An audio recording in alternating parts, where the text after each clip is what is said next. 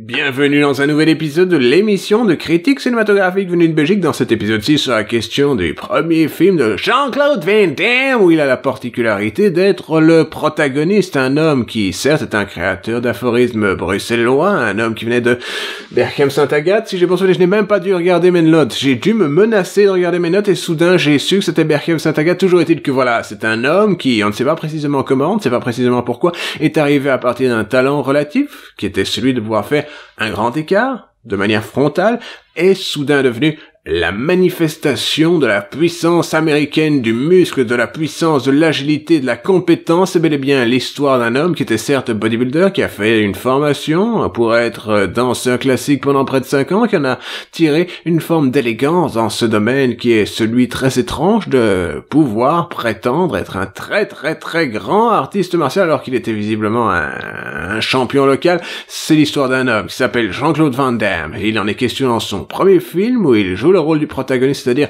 Bloodsport, dans cet épisode-ci d'une émission de critique cinématographique venue de Belgique qui s'appelle Critique en Cinémarture.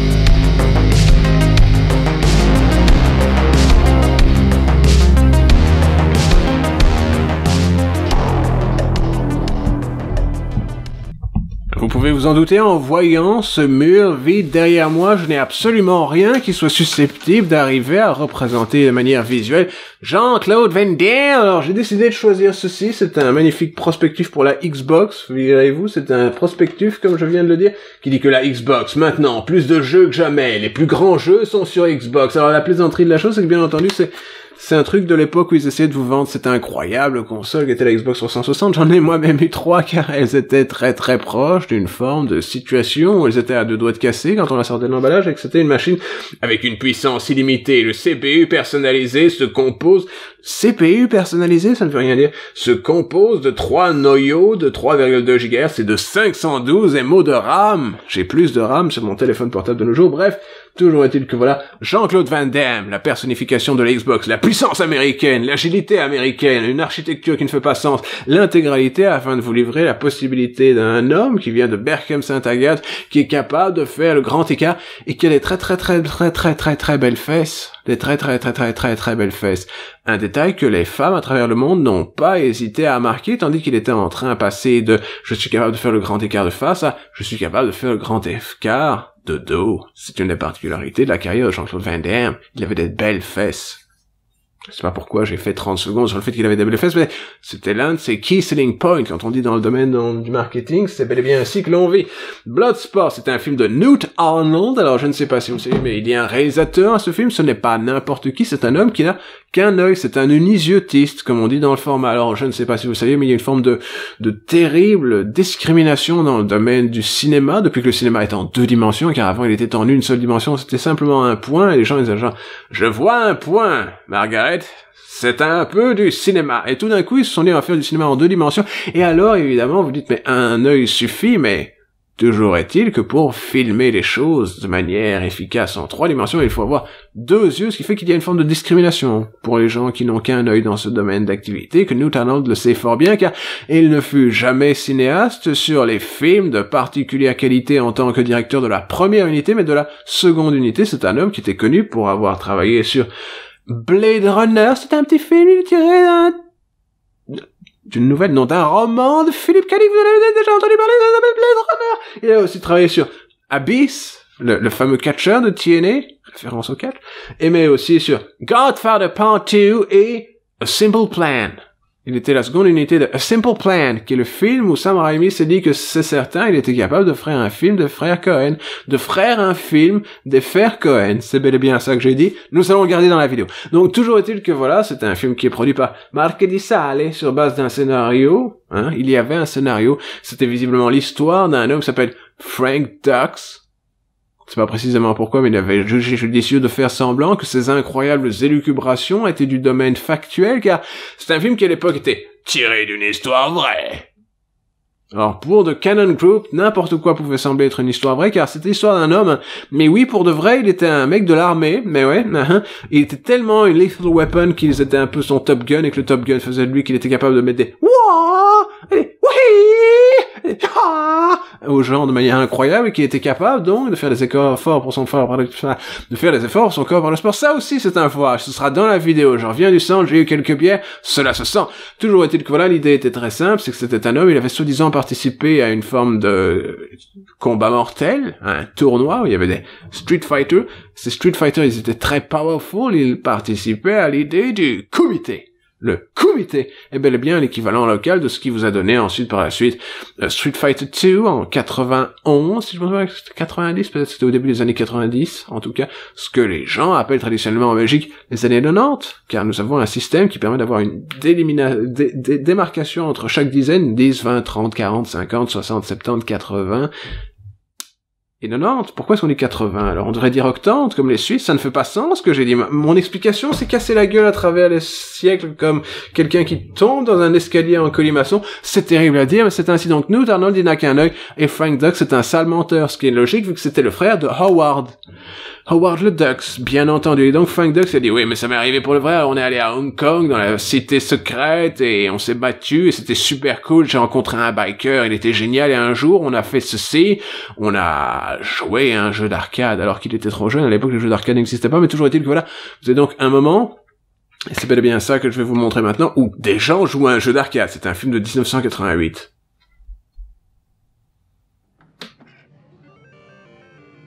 What? Think you can give me some competition? Sure, I'll try. Would you just tell me how you got invited? Ouais.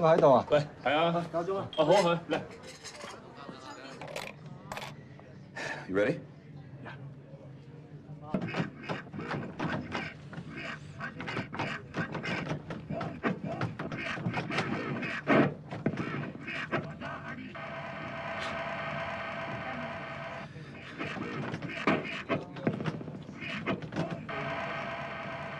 You like this kind of fighting, huh? Yeah, I'm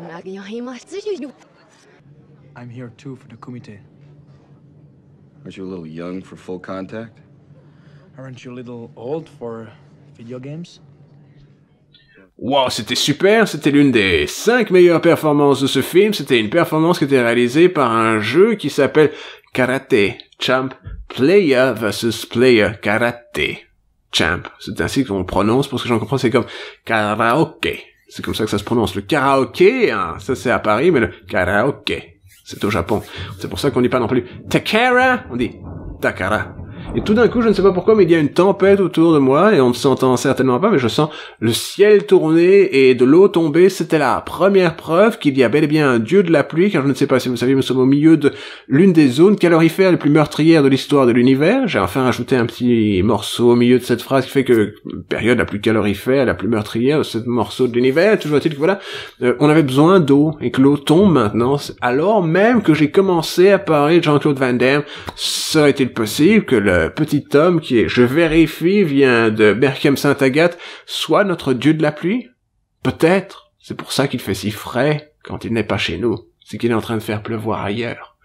Cette phrase ne fait pas sens.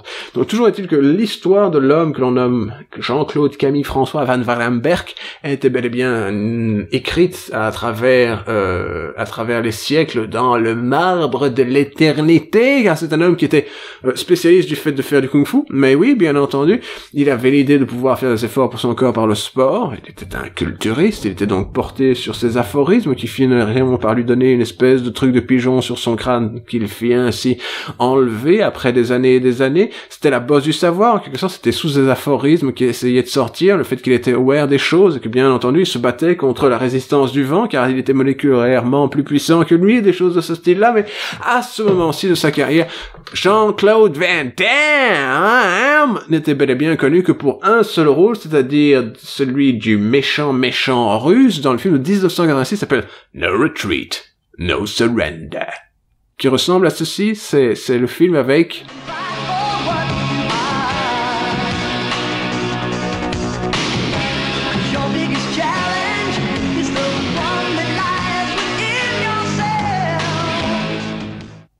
on peut pas en mettre grand chose aux extraits de ce film, parce que c'est un excellent film et la musique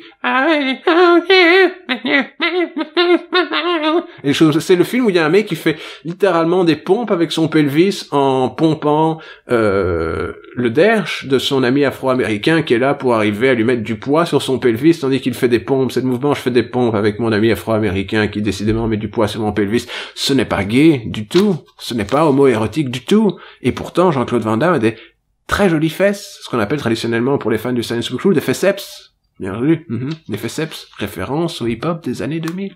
Donc l'idée très simple, c'est qu'il était en train de se dire, il faut que je sois une star du cinéma, et il le fut dans ce film-ci qui est réalisé pour The Cannon Group, donc Golan Globus et Menachem Golem. Menachem Golem, c'était presque une insulte, c'est Menachem Golan, voulais-je dire, la Golan Globus en quelque sorte, et bel et bien Cannon Group. Cannon Group, c'est le groupe qui fait les émissions de Conan O'Brien. Je suis en train de me casser la gueule à travers je n'aurais pas dû boire avant de faire cette vidéo. Toujours est-il que voilà, c'est aussi distribué par UGC, Worldwide Distribution.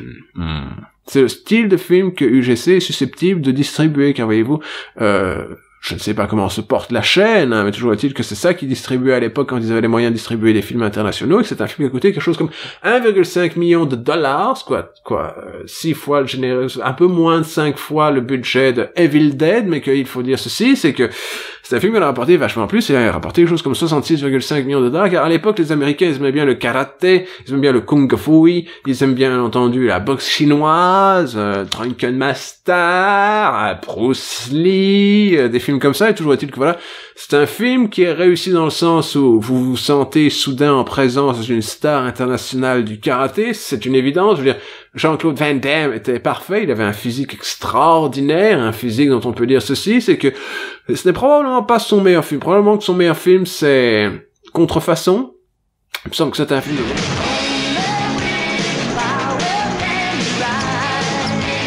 Knock-Off avec de la musique des Sparks, un film qui est très populaire sur internet et qui a été fort bien critiqué, mais peut-être qu'un jour j'en parlerai, car c'est un mélange incroyable. Si vous avez Jean-Claude Van Damme, vous pouvez faire l'étrange synthèse de les films à la Jackie Chan, il est capable d'être drôle, et les films à la Bruce Lee, car il est capable de donner l'illusion d'être un grand champion international de sport de combat. On joue au full contact sans protège tibia. Référence au hip-hop des années 90. J'ai failli perdre mes notes. Toujours est-il que là, c'est un homme qui, paradoxalement, he cannot speak the French, he cannot speak the English, he does what he does best, which is talking a patois au franglais, ce qui fait que la plupart des rôles où on lui donne la possibilité d'être un protagoniste, comme par exemple dans Hard Target, un excellent film de John Woo, qui était d'ailleurs supervisé avec l'aide de Sam Raimi. C'est là genre, on ne fait pas confiance à ce génie hongkongais, ce n'est pas sale de l'idée de faire des films d'action.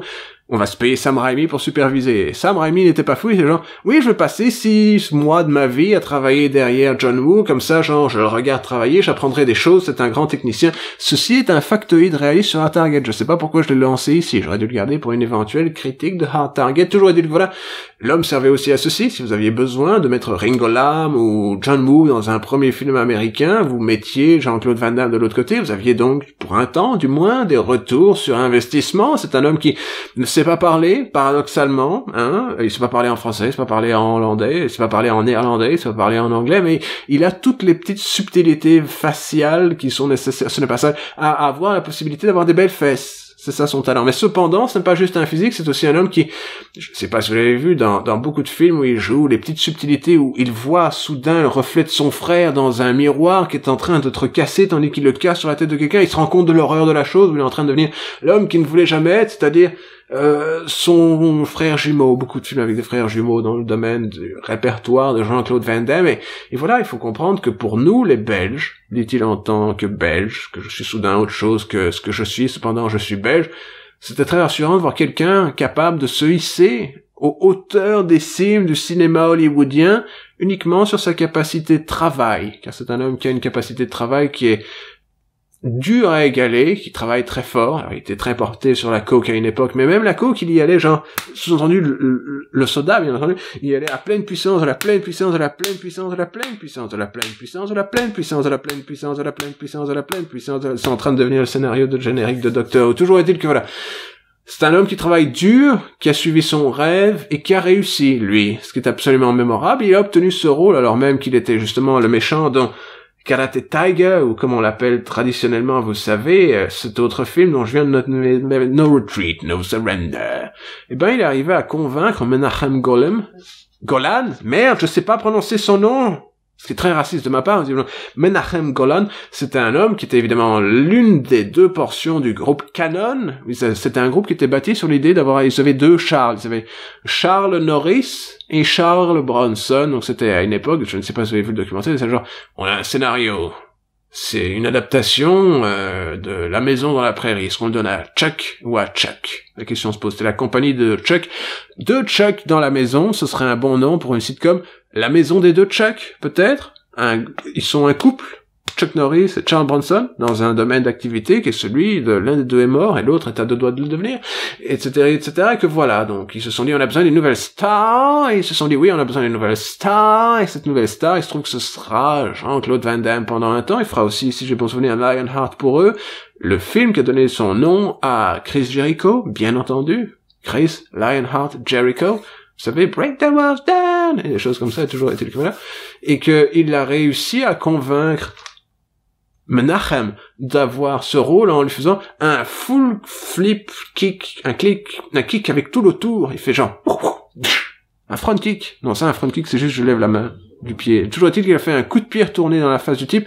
Alors, certains disent que c'était en livrant une pizza et qu'il a gardé la pizza sur son poignet, ou alors qu'il livrait de la soupe, qu'il a gardé la soupe dans le bol, que ça a fait un vertex super puissant, c'est que la soupe a sauté à 5 mètres, et après il a fait genre, et la soupe il est retombée dans un moment à la Sam Raimi, vous savez, comme dans Spider-Man, et que c'était super, que le mec il a fait, j'admire tes chutzpah, il n'avait pas encore vu ses fesses, il était encore à penser à ses chutzpah, il a dit, j'admire ton courage, tu seras ma star, et ça a donné ce film qui s'appelle Bloodsport, qui est connu pour un autre truc étrange, c'est que il y a beaucoup de sons de chats. J'ai déjà vu ça dans des films comme par exemple Guyver 2 avec David Hayter, mais que quand un type est en train de se prendre un peu, c'est pas faire c'était pas normal. Je veux dire, les mecs qui font les mouvements à la Hokuto Shinken et Fist of the North Star, etc., etc. D'ailleurs, je ne sais pas si vous le saviez, mais Frank Dux était un personnage qui avait réussi à vendre le fait que le scénario de sa vie était un mensonge complet pour en faire un film que c'était bel et bien Bloodsport. Il disait évidemment qu'il avait le pouvoir du Dim Mac, ou du Tum Mac, ou du Mac Mac Mac, ou du Tunuk Tunuk Tun, ou un truc comme ça. Bref, il était capable de faire toucher de la mort. Ces gens, ils touchent les gens et ils explosent, c'est comme dans Kill Bill volume 2, en quelque sorte, etc., etc., et que Jean-Claude Van Damme là, mais il a moins que l'effet particulier d'un système sonore subtil et séditieux, c'est-à-dire celui du miaulement du chat. Petit montage, le miaulement de chat que j'ai évidemment récupéré sur une autre chaîne que je salue au passage. Je mettrai un lien dans la description.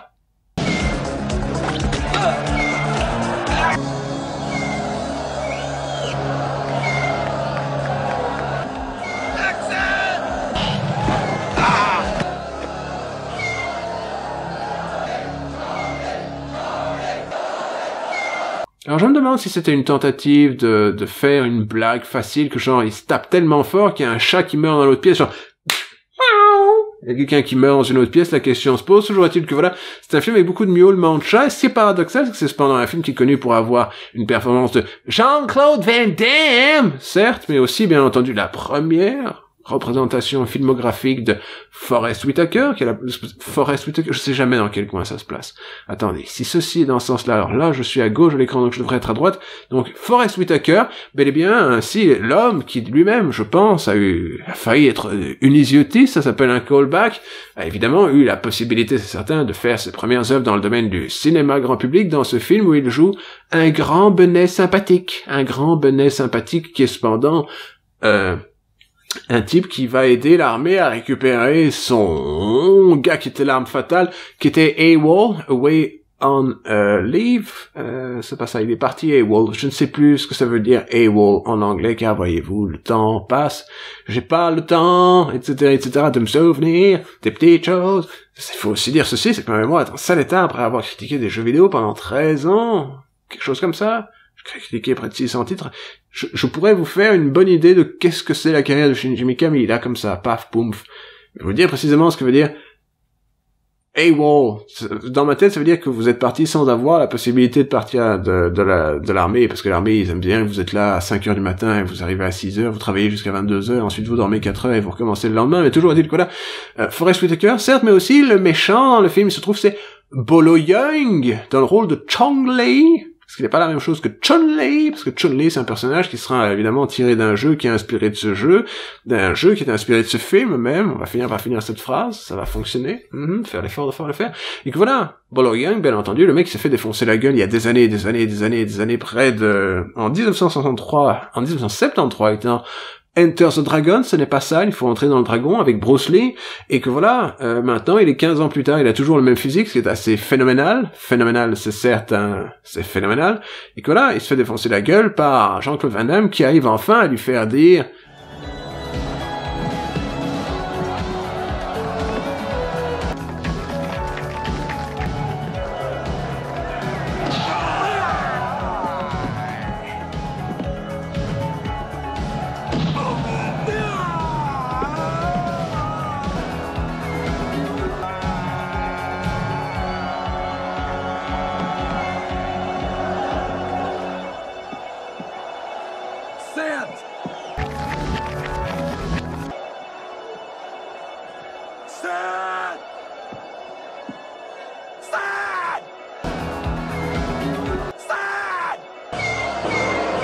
Il arrive enfin à lui faire pousser le cri de la soumission dans le domaine asiatique, c'est-à-dire Mao, et que l'intégralité, vous pensez que Mao Didi Mao, bien entendu, référence au film avec Robert De Niro, et que l'intégralité vous donne un film qui est assez mauvais en fait, il faut pas se tromper, je veux dire, mais pour un film qui a coûté ce qu'il a coûté, qui a été réalisé par un homme qui n'a qu'un œil, quand même, un peu de respect pour les gens qui sont handicapés, voilà.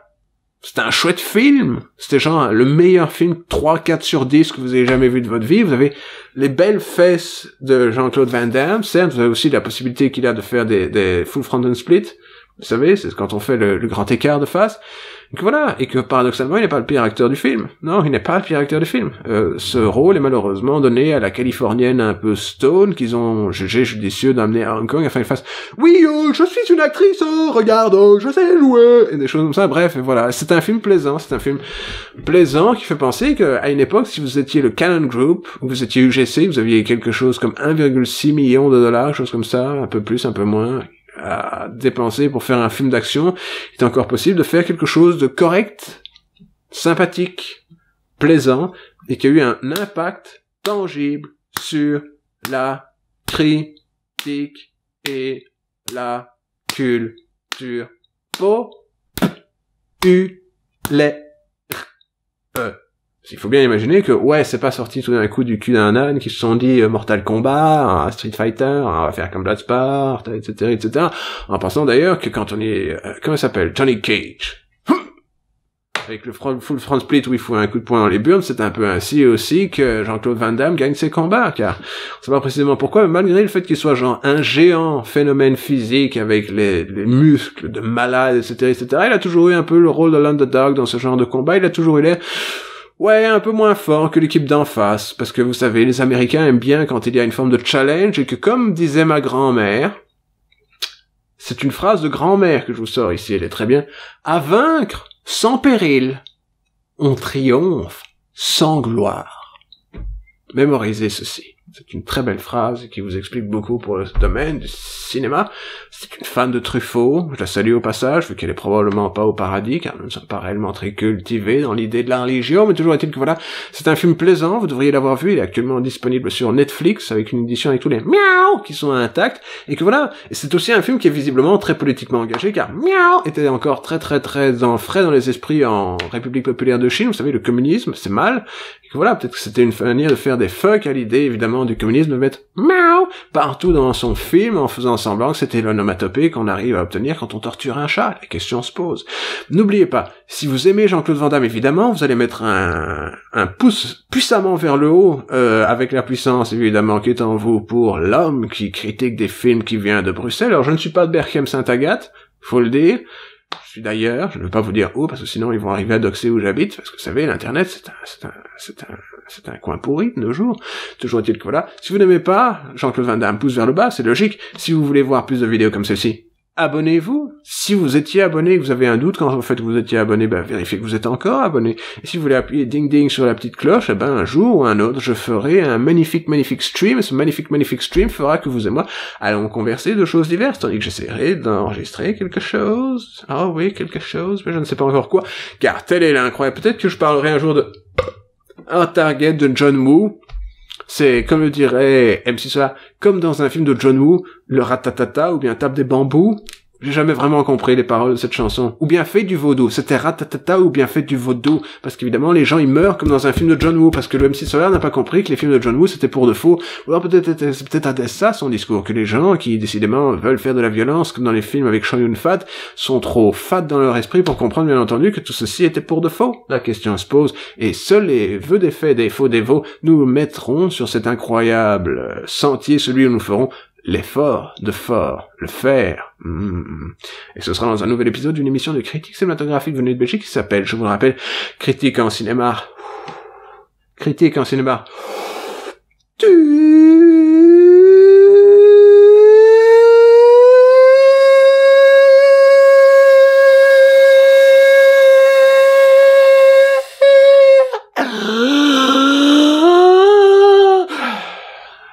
Il fait trop chaud pour faire Cinéma Arthur. J'ai des éblouissements et tout, ça va mal les enfants. Appelez le 112. Ça part pas en plus. C'est comme ça que je vais mourir.